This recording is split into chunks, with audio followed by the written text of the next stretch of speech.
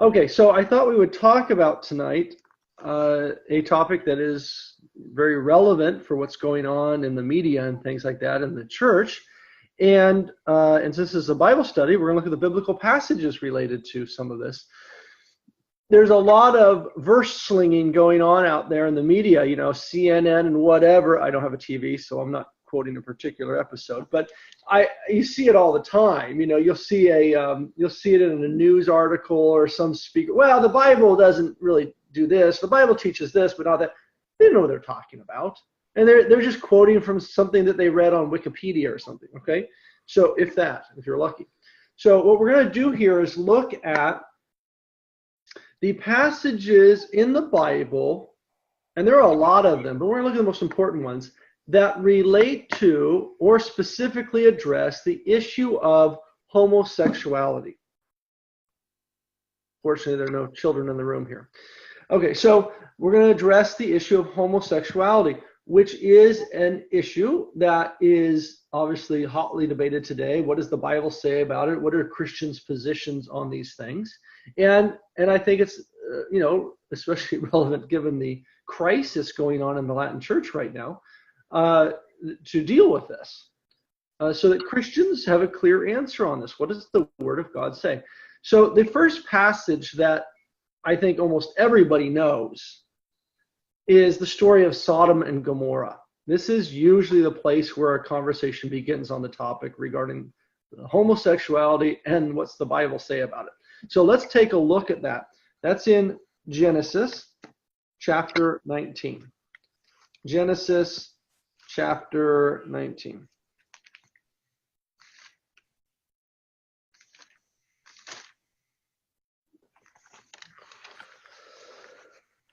Okay, in fact, actually, to get the context a bit here, let's go back to chapter 18, because the story really begins back there. Chapter 18, God has just visited Abraham. You know the story about the God and his two angels appearing there, and Abraham feeding God and all of that. And then God announces to them that Sarah is going to have a child. Verse 16, this is chapter 18, verse 16 of the book of Genesis. Then the men set out from there, and they looked towards Sodom. And Abraham went with them to set them on their way. All right, so where are they going? Geographically, if you've got a nice Bible map, what we're talking about here is they're in somewhere in the region of, what was it? So probably Beersheba or something, the Oaks of Mamre. So the Oaks of Mamre. So this is down south, Beersheba, the Oaks of Mamre, that whole area. So it says that, so on a Bible map, you're going to be looking down in the Negev area on your Bible map there. Negev is that southern part of Judah. If you've got that new Bible from Ascension Press with those nice maps in it, like Jim and Bracey, it probably says it. Does it have it in there? I can't remember, Jim, whether we put the Oaks of Mamre in there. I think, look on either the Genesis map, the Abraham journey, or either be the first or second map, maybe. Jim and Bracey already have it. I don't have it. There was Ascension Press put out a Bible recently. Does it have the Oaks of Mamre on there? Or Beersheba or something? Beersheba is on there. So this is down the southern area of the Negev. Oh, look at that map. That is just beautiful. I don't even have one of these yet, and I made the maps. Okay, so that's very nice. So, all right, so this is down the southern area, the Negev there. So they're in that region, and it says that God visited them there, and then they're going to go over they're going to head towards Sodom and Gomorrah. Where is Sodom and Gomorrah? Well, archaeologists debate. We almost we had them on those maps originally, but I think we got them because it's a little bit of a debatable topic, so we got rid of them. But if you think of the Dead Sea, Sea of Galilee, and then around the Dead Sea, what makes the Dead Sea a sea is it's surrounded by mountains. Okay, so around the Dead Sea are this mountain range, which it's really a big valley, and they kind of come together here a bit.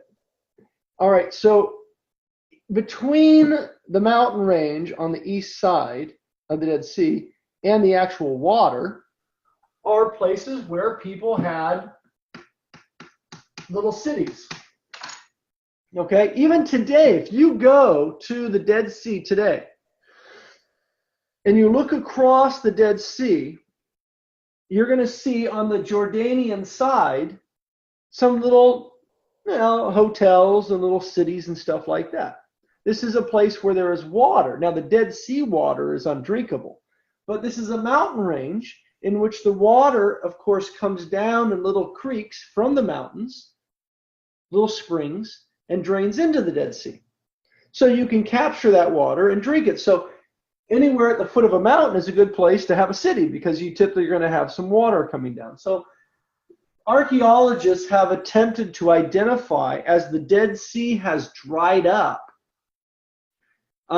because the Israelis are using the water from there, they're using the water from Galilee, and the water's not coming down to the Dead Sea as much as it used to in the same volume. So now the Dead Sea is drying up.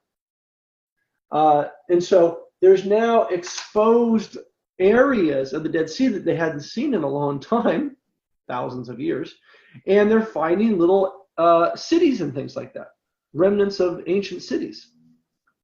Archaeologists have suggested 2 of these that have been found as the actual cities of Sodom and Gomorrah. It's possible, very likely. Makes a lot of sense when you look at the story of Lot and the story of the salt pillar and the salt in the Dead Sea and all this stuff. But anyway, that's not our subject tonight. The actual location, that is. So then it says in verse 16, this is chapter 18, verse 16, then the men set out from there and they looked towards Sodom. So as they're heading east, right? And Abraham went with them to set them on their way. And the Lord said, shall I hide from Abraham what I'm about to do, seeing that Abraham shall become a great and mighty nation, and all the nations of the earth shall bless themselves by him. So this is something, what God is about to do and what he's about to tell him. This is not some little story from the Old Testament. This is an important story that God says Abraham probably should know about, because it's through Abraham that all the nations are going to be blessed. Now, when do all the nations get blessed? Only with the coming of Jesus. This is why Matthew's gospel begins by saying, he is son of David, son of Abraham. Right? Through your seed I shall bless all the nations, God says in Genesis 12, verse 3. At the end of Matthew's gospel, Matthew tells us why he reminded us that he's the son of Abraham, because at the end, Jesus says, go out and baptize all nations, right? Make disciples of all nations. Okay. Now, so this is an important story. Right off the bat, you're signaled to its relevance, because it's a reference back to Genesis 12, verse 3, all the nations shall be blessed through Abraham, which only occurs in the New Testament. I mean, are any of you guys Jewish? Do you guys got Jewish or Israeli blood? You got any Levitical blood? Any of you got any Benjaminite blood? Simeonite blood? No? Well, me neither. Why? Because they did what they were told to do. The apostles went out and baptized all nations. Through the seed of Abraham, all the nations shall be blessed. Right? Here we are. Evidence of that. Okay. So this is the important story then. Verse 19. He says, no, I'm not going to hide it from him, for I have chosen him that he may charge his children and his household after him to keep the way of Yahweh by doing righteousness and justice. So the story, or what's about to happen, what he's going to tell them, is relevant to righteousness and walking in the ways of the Lord, so that the Lord may bring to Abraham what he has promised. Then the Lord said, because the outcry against Sodom and Gomorrah is great, and their sin is very grave. Okay, now, a lot of people are going to want to frame the story of Sodom and Gomorrah as a story of inhospitality, right? Something like that. You probably, maybe, I don't know, maybe you guys haven't been exposed to this kind of nonsense, but a lot of times people are like, oh, that story of Sodom and Gomorrah, no one ever really knows that story. It's a story about they weren't being hospitable. In the Middle East, hospitality is very important, you see. And they weren't being hospitable to these visitors. Oh, really? Yeah. Have you never read it? No. Well, where is the Old Testament? Anyway, let's move on. Right? Never really go ahead and look at it. You'll hear that in the media. Watch. You're going to hear that all over. It's a story about hospitality. It's been misinterpreted. Oh, okay. Let's watch Seinfeld. So they never really go and look at the text and see whether that's actually true. Okay, so look at this, how important it's being said. This is a story that God, this is an event that God's going to tell Abraham about because it's going to affect the new covenant, right? Because through him all the nations shall be blessed. That is, this is relevant for the new covenant that's coming 2,000 years from this event. Right? Abraham was 2000 BC now. Okay. And then he says, I'm going to tell Abraham about this because he has to keep his descendants righteous. And then you hear this, verse 20. Then the Lord said, because the outcry against Sodom and Gomorrah is great, underline is maybe 300 times, not will be, because of some lack of hospitality in the next story, but is already very great. There is some event, there's something going on in Sodom and Gomorrah, which is said to be an outcry against God about some sort of wickedness. There's something wrong in Sodom and Gomorrah that is so serious that God's going to intervene and deal with it. Lack of giving someone a cup of coffee in the next chapter, it just doesn't seem to fit here, right? Okay. All right. Then the Lord said, because the outcry against Sodom and Gomorrah is great and their sin is very grave, I will go down and see whether they have done according to the outcry which has come to me, and if not, I will know. All right. So the men turned from there and went towards Sodom, but Abraham still stood before the Lord. Then Abraham drew near and said, wilt thou indeed destroy the righteous with the wicked? Suppose there are 50 righteous in the city. Now, you know this story, right? Abraham's bartering with God. If you've ever been to Tijuana, you probably have dealt with something like this. Okay? How much for that pair of sandals? You kind of work your way down. Well, Abraham's bartering. They do this in the Middle East. It's not just in Mexico. This is part of Mediterranean culture. Okay? Part of you go to Jerusalem and you want to buy some trinket on the street or buy something. You don't just, you say, how much is that? And they'll tell you. But that's not what the price is. That's the starting number for the bartering. Now, foolish American might say, oh, that's cheap. I'll take that. Take 5. But, oh, wow, I love Americans. But what they're actually doing is giving you a starting number to start the bartering. Okay. So, and a lot of times you whittle them down about half the number, the original number, which is the actual price they actually wanted for the thing. And they have fun with it. It's a game, right? It's one of their forms of entertainment. Okay. So Abraham's bartering with God, not over a pair of sandals, but over Lot. Right? What's the problem? Lot and his family are down in that city, and Abraham knows it. And Lot's responsibility as the uncle is to take care of Lot. So now Lot's going to get destroyed. So are you going to kill everybody down there for this wickedness that's going on? What if there are 50 guys there that are all right? Well, are you going to destroy everyone, including the 50? He says, no, if there are even 50 guys there, 50 that are righteous, I'll save everyone for the sake of the 50. Oh. What about 40? Yeah. What about 30? Yep. Save them all for the sake of the 30. All right. What if there are 20? Yeah, I'll save everyone for the sake. What about 10? Yeah, I'll save everyone for the sake of the 10. Wait, where are you going, God? He takes off. Right? Abraham didn't get down to 5. He wanted to get to 5. He wasn't there yet. He didn't get his answer. But he's been given enough information to trust the Lord, right? That the Lord will take care of Lot. You know who someone is and what they will do by knowing what they've done in the past, right? So he knows enough about this God he's been dealing with, and through this recent conversation, to know that if Lot is righteous, God will save him.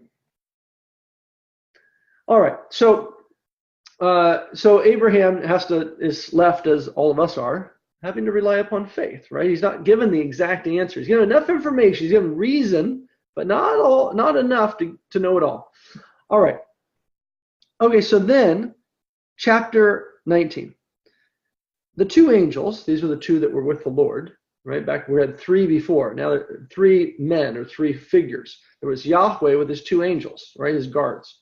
So the Lord stayed with Abraham having this debate, but the two angels left Abraham and Yahweh to go down to Sodom. Right? All right, chapter 19. The two angels came to Sodom in the evening.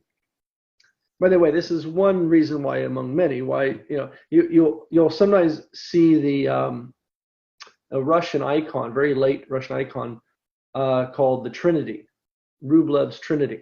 This is not the Trinity. It's a very ancient icon form, but historically it's God with his two angels and Abraham and Sarah feeding them. And then what Rublev did is cut off Sarah and Abraham and then took the three figures as a form of the Trinity. But the Trinity is not revealed in the Old Testament. The Trinity is revealed in the New Testament, the baptism of Jesus. Another topic. Anyway, chapter 19. The two angels came to Sodom in the evening, and Lot was sitting at the gate of Sodom. When Lot saw them, he rose to meet them. He bowed himself his face to the earth and said, "My lords, turn aside, I pray you, to your servant's house, and spend the night and wash your feet. Then you may rise early and go on your way." Seems like a pretty nice situation of hospitality there, right? Okay, so far, all right. They said, "No, we will spend the night in the street." But he urged them strongly. So they turned aside to him and entered his house. Now, this is actually how it goes in the Middle East. If someone offers you a cup of coffee when you go to someone's house in the Middle East, you're supposed to say no. No, thank you. They say, and now if they say, "Well, please have a cup of coffee." Now, if you really want one, then you say, "Okay." But if you don't want one, you say, No, thank you." And then they know you mean no, thank you. The first interchange was all just ceremonial. Okay, so that's what's going on here. He sees them. "Come to my house." "No, we'll sleep in the street." "No, please come." All right. So they're going to go to his house. And it says, verse 3, but he urged them strongly, so they entered and turned aside to him and entered his house, and he made them a feast and baked them unleavened bread and ate. Verse 4, but before they lay down, it's in the evening, before they lay down, the men of the city, notice it's the men of the city, not the city, but the men of the city, both young and old. He's very descriptive here. Why does he have to tell us this young and old? Why did he say the men of the city? Why did he say the people of the city? Again, we're not dealing with a hospitality issue here. The men of the city, both young and old. All the people to the last man surrounded the house. And they called to Lot, "Where are the men who came to you tonight? Bring them out to us that we may know them." That's all. They just want to have a party. They just want to meet the poor visitors. Okay, so you see? Okay, now let's go watch Seinfeld, okay? So this is how it happens. People, "Oh, look at that." Now what I could do with you right now, right? If we were reading this, and I was trying to convince you, this is all about hospitality. Look, see, he brought him and he was being nice, and then the people came and they just wanted to meet them. Anyway, look, I have a passage I want to look at in Psalms with you. Right? We could just stop, right? Okay. You turn the page.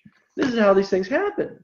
You got to keep reading. What does it mean to know in the Bible? Well, in English, the word to know may mean simply to have some sort of intellectual formation. But in Hebrew, the word yada has a very wide range of meaning. In fact, the first occurrence of it is not in this sense. Most people know the story, and Adam knew his wife. What, he didn't know her before? No, he knew his wife, and she conceived.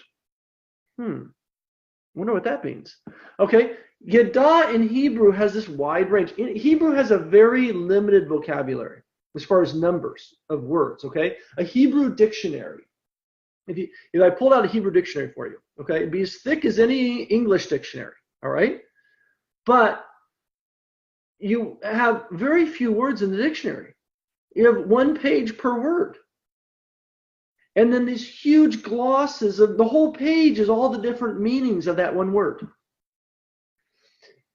They had to convey the same thoughts we convey, right? So they have to have the same meanings, range of meanings and ideas and concepts. But it was a primitive language, and primitive languages have very few words. Modern languages have more words, not because we're smarter, but because we've borrowed words from other languages to get all these subtle meanings and ideas, right? We say it's sprinkling outside, it's raining outside, it's sleeting outside, right? It's pouring outside. It's raining cats and dogs outside. We have all sorts of different ways to describe rain, right? The Eskimos, I've told, have 100 different ways to talk about snow. No wonder, that's all there is. So in English, we borrowed all sorts of words from French, from German, from Gaelic, to talk about rain, talking about sun, whatever. We have lots of borrowed words. So a modern language has many words with small glosses in your dictionary because we have so many different words for these subtleties. In ancient languages, it's the opposite, where you have less borrowing of words going on. There's no internet, there's no phone calls going between regions. So they have a very limited number of words, but with larger ranges of meaning.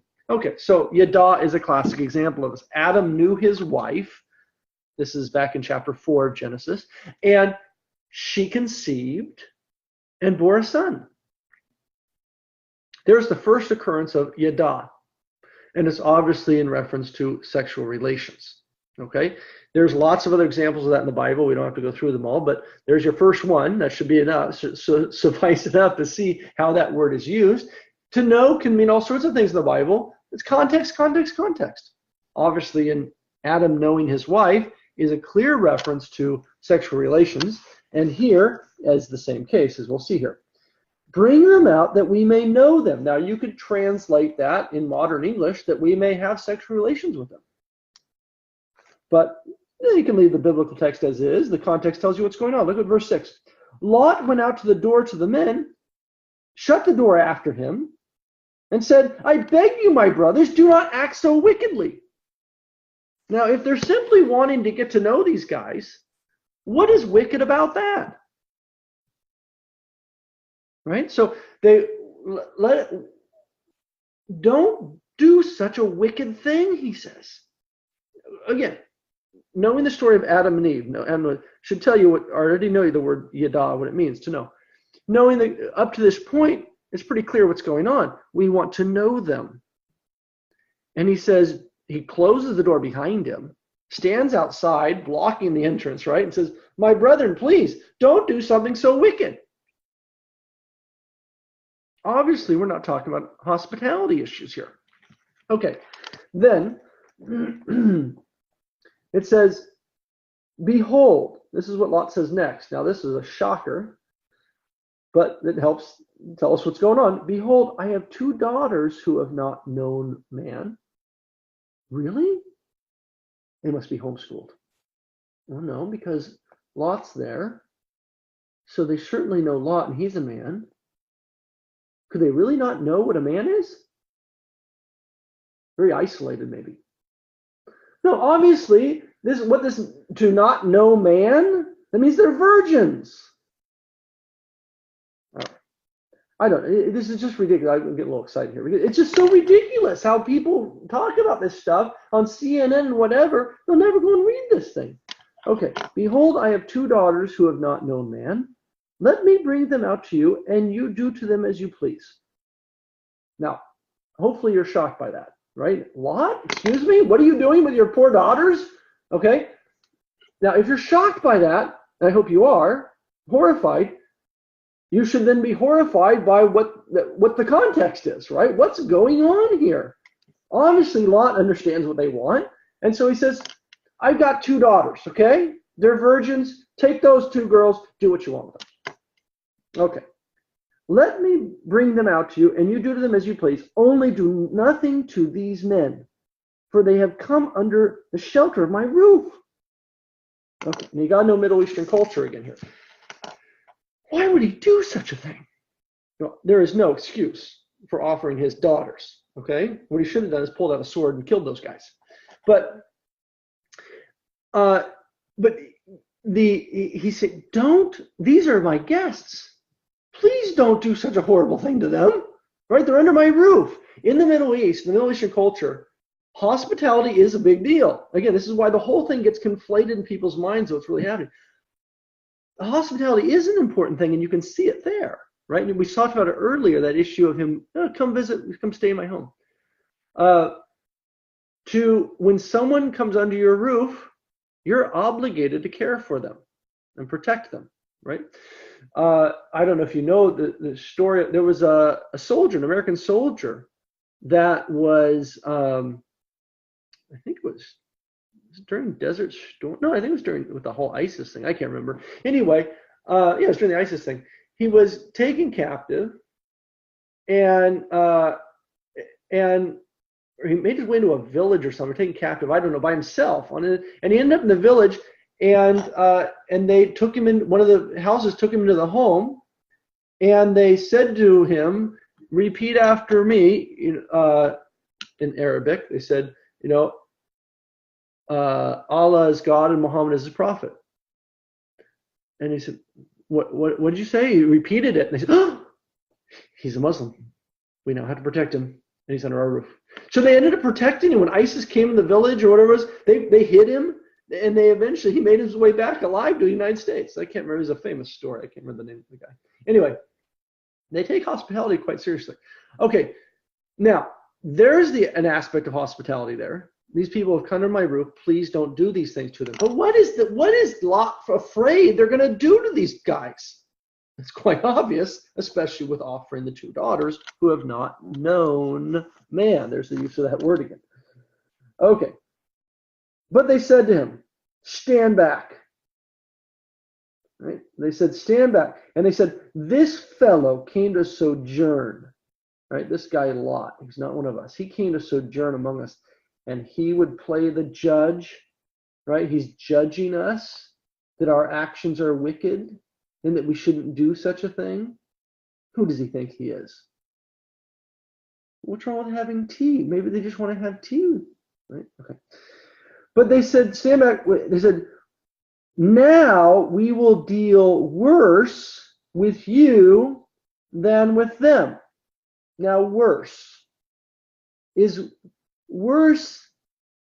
doesn't mean badly, but more badly, which in English we say worse, right?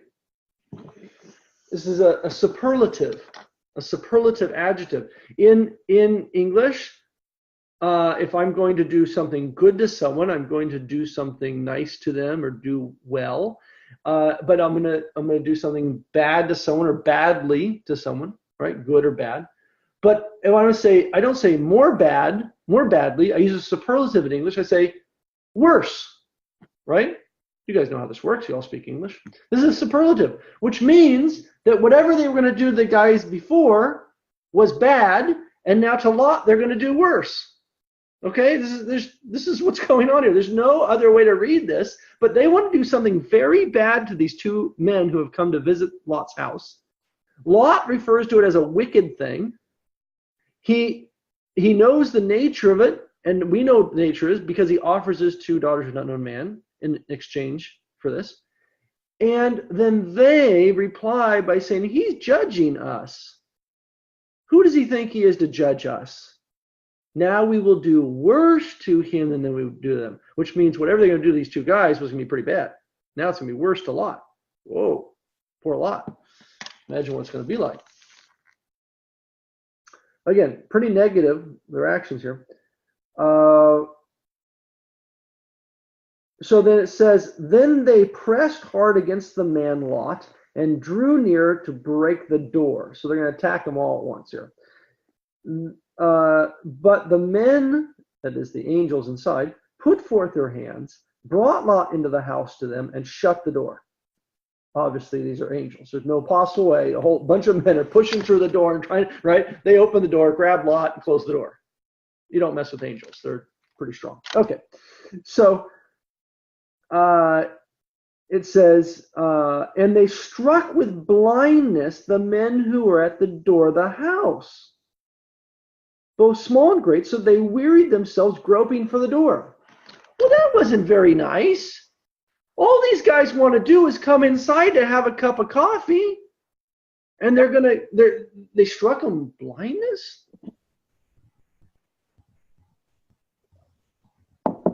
Okay, so it's quite obvious what's happening in the story here. Okay, it couldn't be more clear, and especially when you go back to the previous story, when you in the story of Abraham, right? Whatever is going on here is so wicked that God's going to check it out, and He says, this is back in chapter 18. He says that I'm going to tell Abraham what I'm about to do, because Abraham has to keep his descendants righteous before me, and it's through his descendants that I'm going to bless all the nations, which means this is something that's going to have to be kept, this law that God is revealing, or the nature of this issue is going to have to be known and understood by the new covenant thousands of years later. Okay, so I think that's pretty darn clear. All right, any questions regarding the story? With the rest of the story, you know what happens. We don't need to look at it and the rest of what happens, the fire and the brimstone and everything. But any questions regarding what we just looked at there so far? This is Genesis 18 verse 16 through chapter 19 verse 11.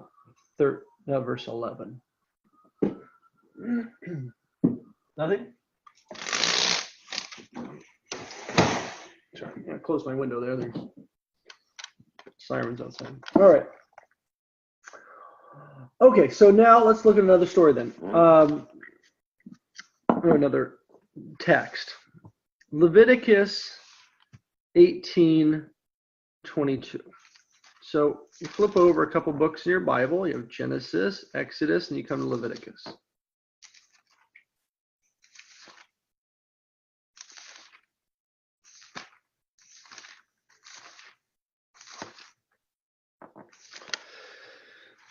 Now, the 5 books of Moses, the Torah, Genesis, Exodus, Leviticus, Numbers, Deuteronomy, the Torah, the law of Moses, are understood by the Jews to be arranged in that way for a reason. By the time we get to the first century, they understand the book of Leviticus to be the heart of the Torah. And if you look at the layout, of course, it's right in the middle, right? You've got Genesis and Exodus. On the other side, you've got Numbers and Deuteronomy. Right in the middle is Leviticus. And they understood the book of Leviticus to be not only the heart of the Torah, but in the center of the book of Leviticus was a special section called the Holiness Code, which was understood to be the most sacred part of the Torah. Of all of the law, this was the most sacred of sacred parts. This is the heart of the Torah. And it's called the Holiness Code. This is Leviticus 17 through 22. It's called the Holiness Code because in the center of the Holiness Code of this section is chapter 19, verse 2. You shall be holy, for I, the Lord your God, am holy. And so they called this the Holiness. And the Jews understood that line right there. You should be holy, for I, the Lord your God, am holy. To be the center of the center of the center, the heart of the heart of the heart of the Torah. This is why Jesus says, your righteousness must go beyond that of a scribe and a Pharisee. You must be perfect as the Lord your God is perfect, right? The law said this, but I say to you this. Jesus takes it up a notch. So the law says you must be holy, that is set apart, distinct from the nations, different. But I say you must be distinct from the nations so that you can be like God. It must be perfect, like your Heavenly Father. More on that in another study. Okay, so Leviticus 19, verse 2, you should be holy, for I, the Lord, become holy. In this section, this is the most sacred part of the Torah. This is, again, not some obscure passage in some, obscure section, backwater area in the law of Moses. This is the Holiness Code. You can go ask a modern Jew today. Go ask a modern rabbi, what is the most sacred part of the Torah? It's the Holiness Code. This section here. Okay. All right. So then, in the Holiness Code, there are a number of very important laws that are given. And in chapter 18,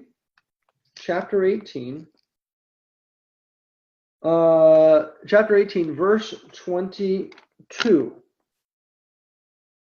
Verse 22. A lot of different things they're not allowed to do. Incest, bestiality, all sorts of other sexual sins laid out here. But verse 22, among them is, verse 22, you shall not lie with a male as with a woman. It is an abomination. And you shall not lie with a beast and defile yourself with it. Neither shall any woman give herself to a beast to lie with. It is a perversion. Okay, we're not going to keep reading here because it gets more and more disgusting. So, all right, so you see where this is in the book of Leviticus, in the Holiness Code. This is the law of Moses. In the law of Moses, the heart of the Torah is the book of Leviticus. In the heart of the Torah, the Holiness Code. Only a few chapters here. Chapters 17 through 22. There's some very important laws that Israel understood to be central to their faith. One of those, obviously, is a prohibition against homosexuality. And notice that it's coupled with, right next to it, with bestiality. Because in the end, it's really no different, right? It's really the same thing. Okay, so that's Leviticus chapter 18, verse 22, and I think helpful also to read verse 23 along with it, because you can see the context in which this is stated. This isn't, a statement next to you shall not eat bacon. Okay, you shall not lay with a man as with a woman. It is an abomination, and you shall not have pork.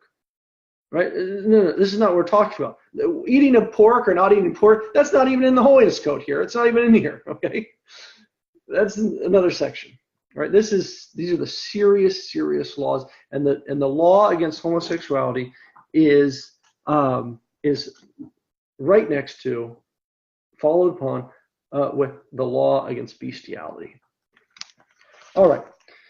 Now, a text that I think a lot of people don't typically think of that is related here is Matthew chapter 19. So there's your Old Testament text. It's quite clear. There is nobody who could debate that topic. What we just looked at in Genesis 18, we look at the law right here laid out. We're not talking about a hospitality issue here. We're talking about a sexual perversion, which is likened to bestiality.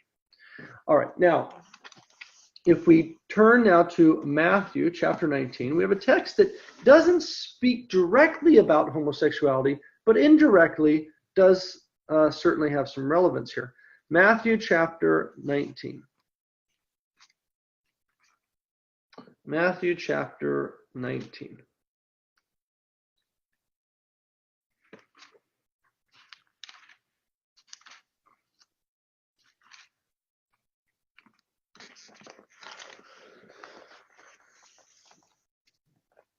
And, by the way, I would say, not only this text we're looking at here is what has led to the modern crisis regarding the subject we're talking tonight.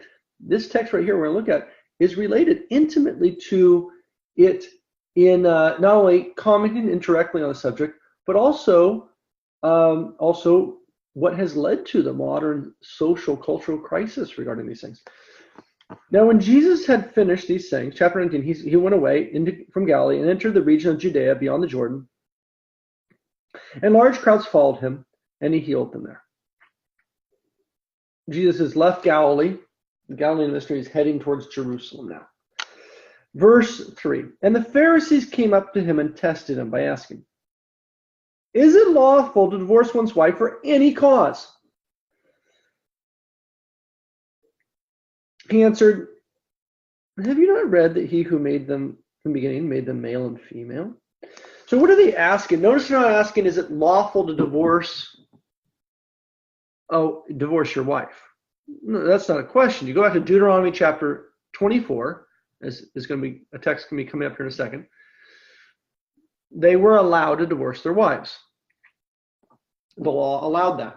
And Jesus is going to comment on that. But the question the Pharisees are asking is another question. Can you divorce your wife? Can a man divorce his wife for any reason whatsoever? Are there particular reasons or not particular reasons? The reason why they're asking this is that among the Pharisees, there were different camps. The Pharisees was a huge movement. Think of something like, and they were a religious political movement. Think of something today like, say, the Republican Party. Think of how many different factions or movements there are within the Republican Party, or even within the Democratic Party. Although I'd say in the Democratic Party, there's probably a little bit more common there. But in the Republican Party, you have lots of variations between different groups within the Republicans who have very different ideas about certain things. Sometimes you're called, a conservative Republican or a moderate Republican or whatever, but different, and these are political religious issues. All right, so the same thing goes with the Pharisees, a huge movement, and they had different camps, different sects among them.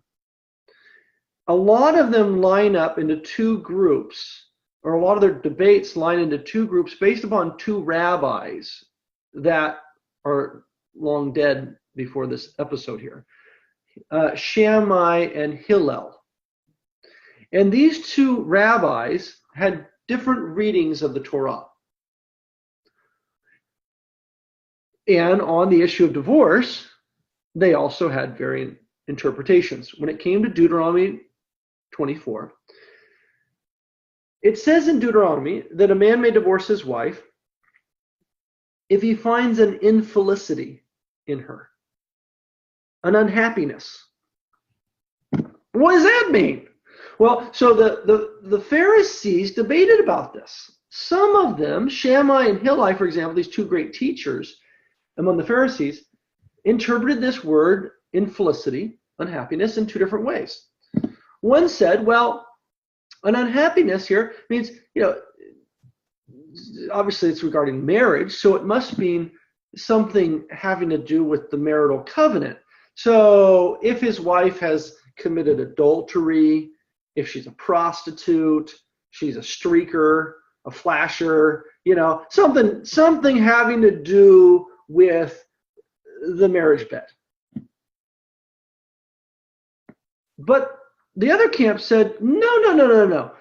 It simply says an unhappiness. So that means if the man's unhappy with his wife for any reason whatsoever, he can divorce her, even if she burns the toast in the morning, whatever. All right. So the Pharisees were divided on this, and so they come to Jesus to see which side he's gonna sit in. And Jesus, of course, does not enter into their internal debate to teach them something. And that is, this is a silly debate about this law, which is not really part of God's intent for you in the beginning anyway. So he says, have you not read? Of course they've read, right? A little bit of a chastisement here. Have you not read that he who made them from the beginning made them male and female? Right? What Pharisee has not read Genesis chapter 1? Made them male and female, and said, for this reason a man shall leave his father and mother and shall become one. That's Genesis chapter 2. So they are no longer two, but one.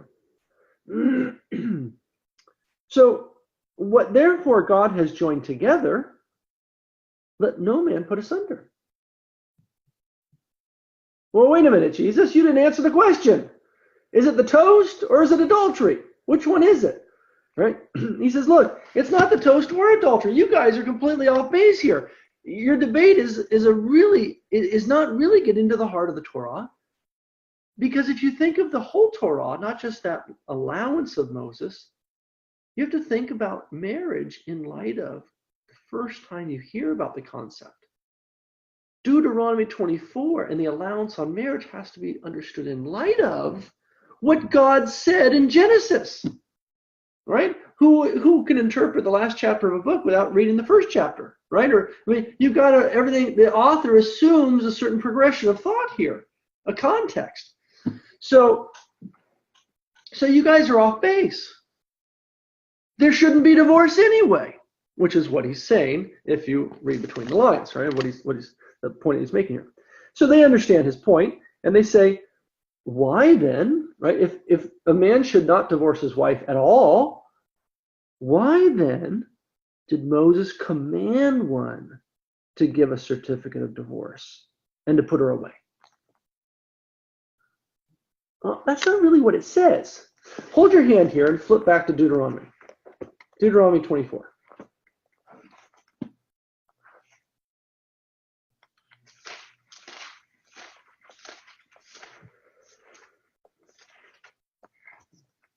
Deuteronomy 24.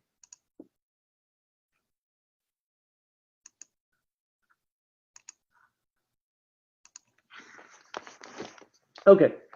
When a man takes a wife and marries her, if then she finds no favor in his eyes, because he has found some indecency in her. There's that word infelicity.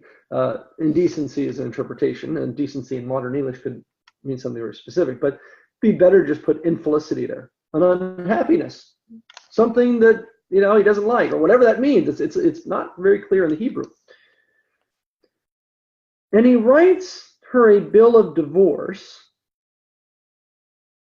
and puts it in her hand and sends her out of his house. And she departs out of his house, and she goes and becomes another man's wife. And the latter husband dislikes her and writes her a bill of divorce and puts it in her hand and sends her out of his house. Or if the latter husband dies, who took her to be his wife, then her former husband, who sent her away, may not take her again to be wife after she has been defiled. That's the law. It doesn't say you're supposed to divorce your wife if you find some unhappiness, if there's something wrong. It doesn't say, the law is simply saying that if you decide to send your wife away and you give her a certificate of divorce, so she's officially divorced, and she goes and marries someone else, then you can't marry her again. Now, the purpose of this is a protection on the man. A protection for the woman here. He's got to think twice, right? He can't just willy-nilly send her out in a fit of rage or anger, kind of threaten her. Here, woman, sign my name here. Here's your bill of divorce. Get out of the house.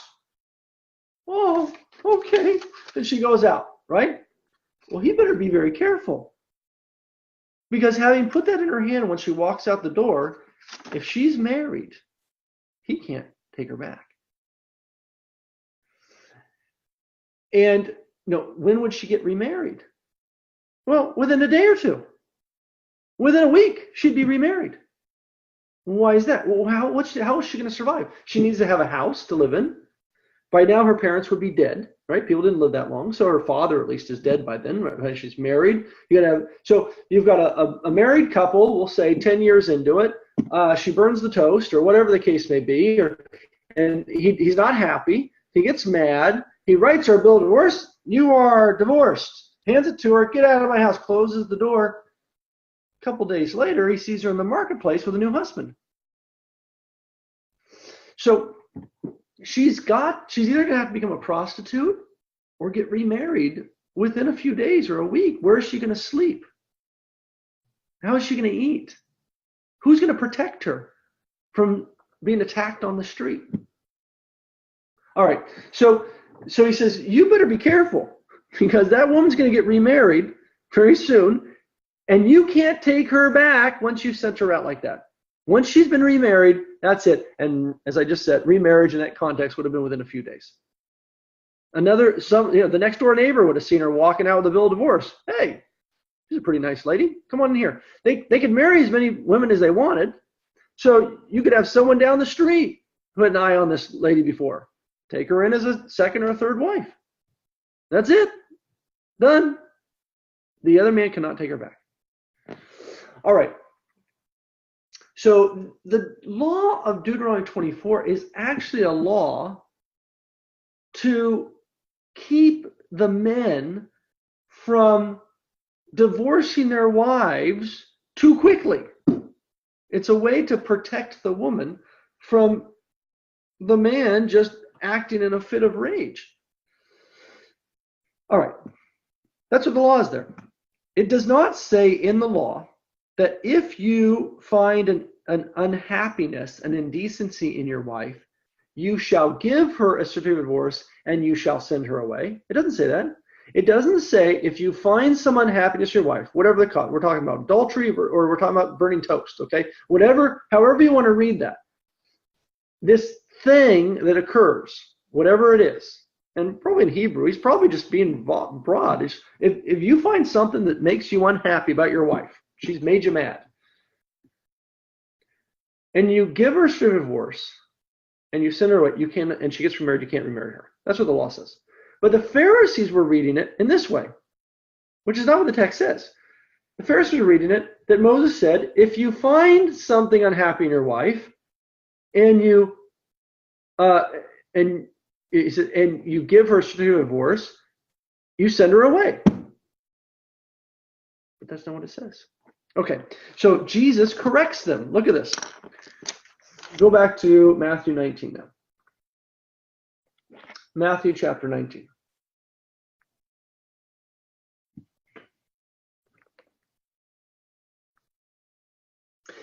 Verse 7. They said to him, why then did Moses command one to give a certificate of divorce and to put her away?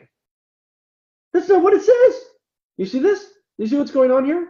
They're not reading the text of Deuteronomy either. It's like CNN commentators not reading Genesis 19. Nobody reads the text. They're all commenting on something they never even read. Or not very carefully.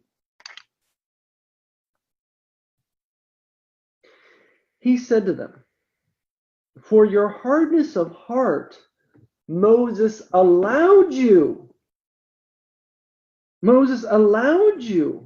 to divorce your wives. But from the beginning, it was not so. So he comments on it. He corrects their interpretation. No. Deuteronomy 24 certainly shows that there is an allowance. I mean, the direct interpretation of that law was you cannot take her back once you've divorced her if she gets remarried. But if you extrapolate from that, okay, so therefore Moses allowed divorce. Yes, that's as far as you can go with the text. And Jesus shows them that while Moses allowed you to divorce your wives, which we know from that law that was given, this was not the purpose. This was not how it was from the beginning. This is not God's original intent for you, right? In reminding them back about the story of Adam and Eve. And I say to you, whoever divorces his wife, except for a case of porneia, we'll get back to that in a second, and marries another, commits adultery. And he who marries a divorced woman commits adultery. Okay, so the porneia thing, just to clear that up, unchastity is a very bad translation in the RSV or whatever translation you have, whatever word there. Unchastity within marriage is adultery. And they have the word adultery in Greek, moikia. In fact, the word's right there, and Greeks love to repeat words. So if he wanted to mean adultery, he would have said, whoever divorces his wife except for a case of adultery and marries another commits adultery. That'd been beautiful Greek. That'd been classic Greek style. But he doesn't. He used the word porneia, which means sexual licentiousness.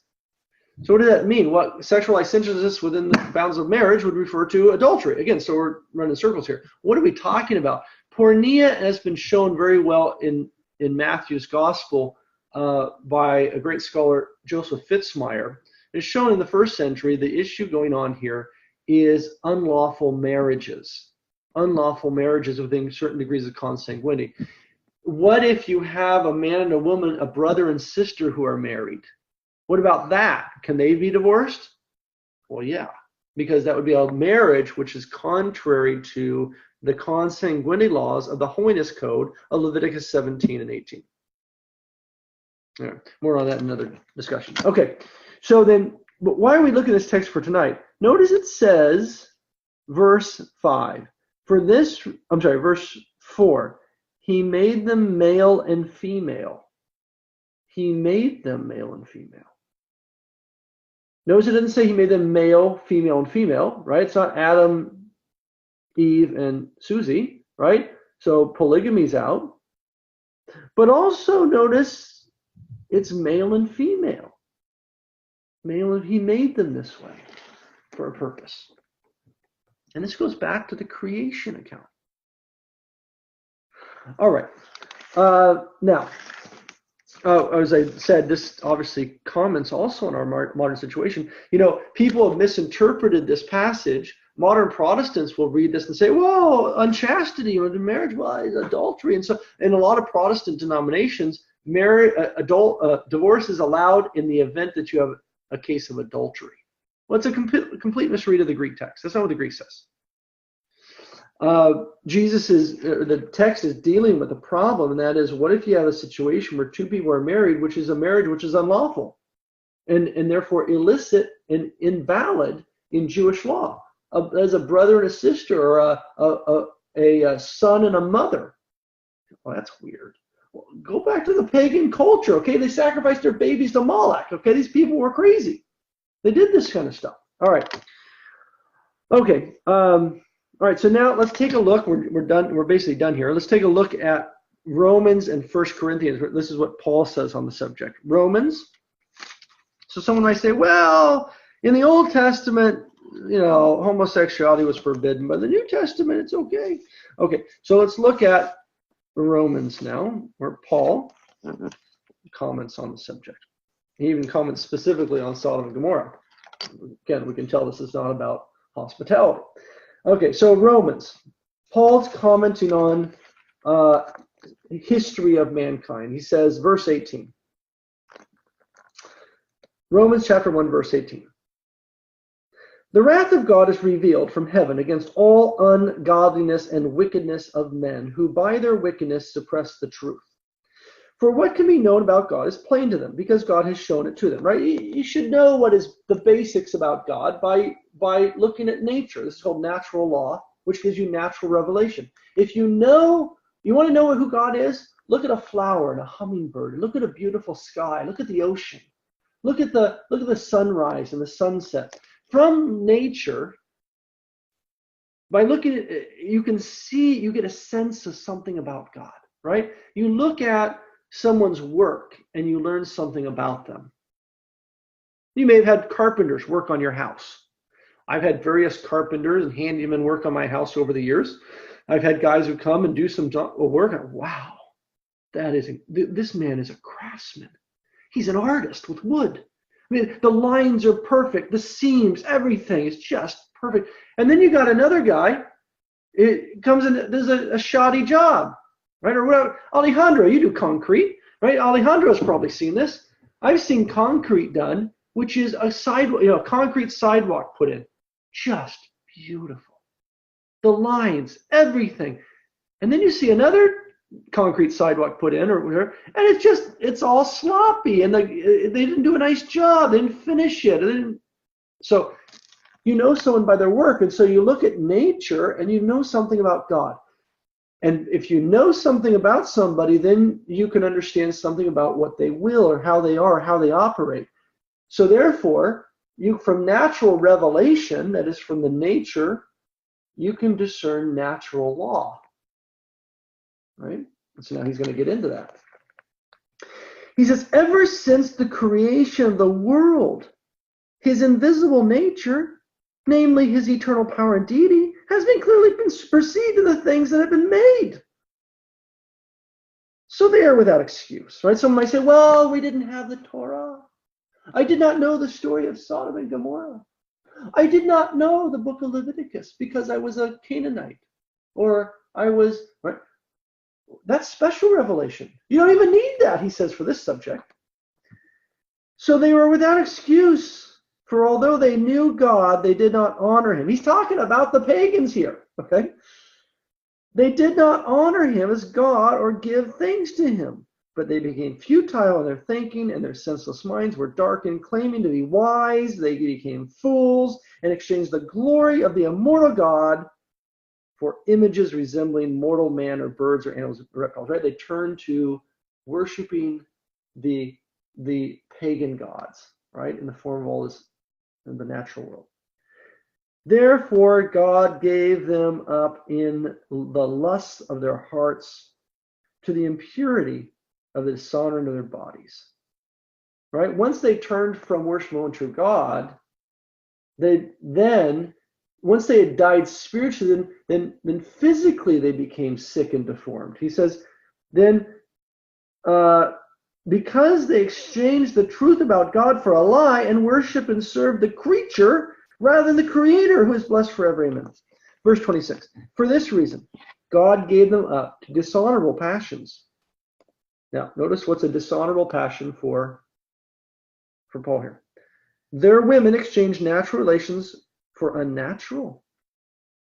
Their men likewise gave up natural relations with women and were consumed with passions for one another, men committing shameless acts with men and receiving in their own person the due penalty of their error. And since they did not see fit to acknowledge God, God gave them up to a base mind. In proper conduct, they were filled with all manner of wickedness, evil, covetousness, malice, full of envy, murder, strife, deceit, malignity. They are gossips, slanderers, haters of God, insolent, haughty, boastful, inventors of evil, disobedient to parents, foolish, faithless, heartless, ruthless, though they know God's decrees that those who do such things deserve to die. They not only do them, but approve those who practice them. So there's a summary of the pagan world, right? It starts out with worshiping the wrong gods. Then stage 2, it ends in sexual disorder. And then that results in every other possible sin you can imagine. Okay, here's Paul on homosexuality. All right. Paul then comments one last there on the topic is 1 Corinthians chapter 6. There's also a passage in Titus which is parallel, but we can just end with this. 1 Corinthians chapter 6. 1 Corinthians chapter 6, verse 9 and following. 1 Corinthians chapter 6, verse 9. Do you not know that the unrighteous will not inherit the kingdom of God? Do not be deceived. Neither the immoral, nor the idolaters, nor adulterers, nor homosexuals, nor thieves, nor the greedy, nor drunkards, nor revilers, nor robbers will inherit the kingdom of God. And such some of you were. But you were washed, you were sanctified, you were justified. Right? He's talking to the Corinthians. What do you think the Corinthians were doing? A bunch of stinking pagan Greeks before Paul got there? And all that, so that whole list. Right? These guys were, think of homosexuality in Corinth at that time. In the Roman Empire, in the city of Rome, in the time of Paul. Right? I think everyone knows pretty much about these things. But Paul says, look, you guys you're in a major, metropolitan, major city, and lots of wealth and lots of cultures and whatever, and lots of paganism, and you guys were all those things, right? Some of you were like that. He says, but God saved you. How? You were washed, you were sanctified, you were justified in the name of the Lord Jesus Christ and the Spirit of our God. That's a reference to baptism and chrismation. Right? Baptism and confirmation. They were baptized, they were washed, and they were given the Spirit of God with the laying on of hands.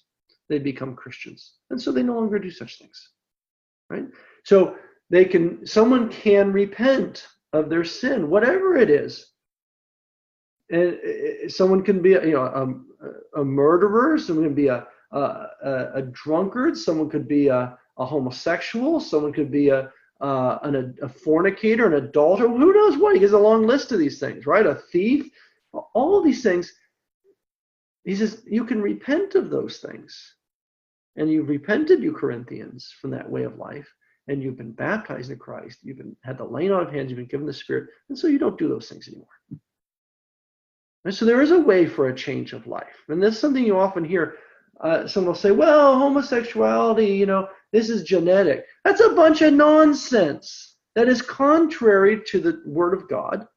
God does not create people with a tendency toward a sexual disorder which does not correspond to their anatomy. It's impossible.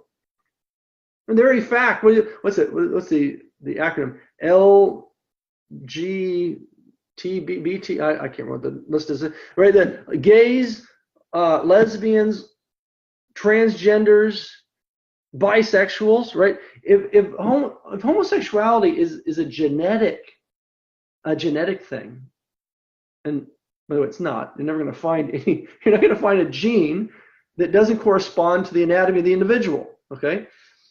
If that's the case, if this is genetic, that means it's natural. And if it's natural, then why? There must be some way to pass it on. But there's no way to pass it on. There's no way reproductively to pass on that gene. So that doesn't make any sense. And then two, if it's genetic and natural, then why are people taking hormones to change their anatomy and getting surgery to change their anatomy? If this is natural to have this, if a man is interested in another man sexually, and he says that's my genetics, and therefore that's who I am. Well, then why are you changing your anatomy to correspond something contrary to your genetics? Why are you taking hormone therapy, which is contrary to your genetics? Your genetics, your body makes your physiology and your hormones. That's a bunch of nonsense, right? It's complete, as he says, right? They become, saying they're wise, they become foolish, right? It's absolute nonsense. So I had someone, people will say, well, I'm a homosexual. You're not a homosexual. You're a homo sapien. Okay? You're a human being created in the image and likeness of God. And you are genetically either male or female. No way out of it. And your anatomy corresponds to your genetics. Now, what are you going to do with that? With your body and your physiology? Well, that's something else. What environment have you been raised in? If you've been raised in an environment in which you see violence, people punching each other constantly with their fists. As a child, you grew up seeing your mother and father punching each other, and your father punched you, and your mother punched you with her fist. What are you going to do with your fist when you grow up? You're going to punch people, right? If you were raised in a violent environment, and you saw people abusing other people's bodies with their bodies and their strength, then you're going to grow up doing that, right? That's a disorder, a psychological disorder, a predisposition towards violence, but it's not genetic. It's environmentally formed. And the same thing goes with homosexuality. If you talk to any homosexual and ask them how they were raised, you can trace it right back. Something happened in their childhood. Every homosexual has something strange that happened in their childhood. They were abused sexually, raped, something strange happened in their childhood. They exposed to something bizarre that was inordinate. You can trace every one of these back. And then, of course, this is a psychological disorder that needs to be treated. It's a sickness. And what a tragedy that we let people run around with a sickness and don't tell them it's a sickness. We let them run around and don't treat their sickness. What a lack of charity. If you had somebody who had cancer that was curable, a form of cancer, there are forms of cancer that are curable, and someone says, I have cancer, but it's genetic. Well, but okay. Well, don't tell me, I don't want to hear. Well, it's not genetic. There's a cure for this. You could be healed of this. Oh, you are a bigot. You don't know. This is part of my genes. Oh, okay. All right, what a lack of charity not to address this issue properly so people can be healed. And there are many organizations out there, of course, today. Courage, and many others that help people work through this and be able to point to situations where, well, but people aren't perfectly cured and healed by it. Well, someone who's a drug addict, someone who's an alcoholic, someone who's an addict to a certain drug or whatever, they can never be perfectly cured. It's always going to be part of their background, their environment, which they raised, but they can certainly overcome it. They can overcome it. And that's what we need to help people do, to overcome their disorders of whatever nature they might be. All right. And that's a good place to end. May we glorify Jesus Christ in our mind, spirit, and in our bodies, with his eternal Father, his all holy, good, life-giving Spirit, both now and ever, and to age of ages. Amen.